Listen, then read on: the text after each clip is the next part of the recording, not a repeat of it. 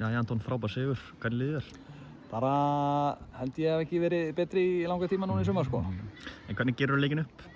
Mér fannst þetta bara vera nokkuð sanngjarn sigur. Mér fannst við töluvert sterkari í fyrri hálfleiknum, meira með bolta og sköpuðum okkur fleiri kannski hættuleg færi.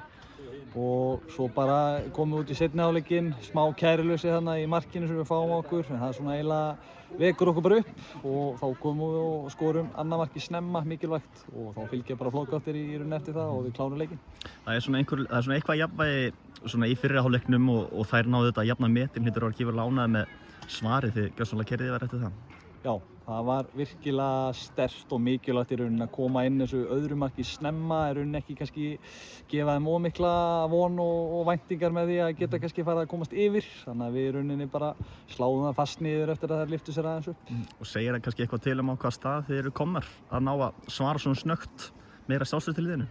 Já, ég myndi segja að það væri bara nokkuð gott sjálfstraust í liðinu, sérstaklega eftir núna fyrstu 9 umferðina að vera búin að taka hérna 4 stöðvar og ná í 12 stig úr þeim. Það er svona virkilega gott og já, ekkert annað hægt að segja en að það sé gott sjálfstraust.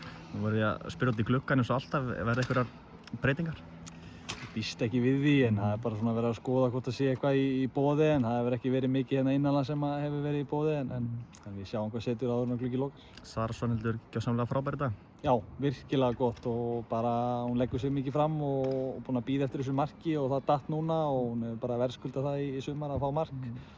Kristín fer út af í hálfleik, var það einhver meiðsli eða hvað var það? Nei, Kristín spilaði bara frábærlega. Það var rauninni bara kannski taktísk ákvörðun að fá örfættan spilara þarna inn í vinstra megin til þess að geta lyft boltanum inn og við uppskörum í rauninni hvað 3. markið út frá því að Harpa lyfti boltanum aftur fyrir vörðuna með vinstri og við keyrum í fyrir. Og Brooklyn fer síðan á vinstri kanti, hver er breyttur í hálfleikann?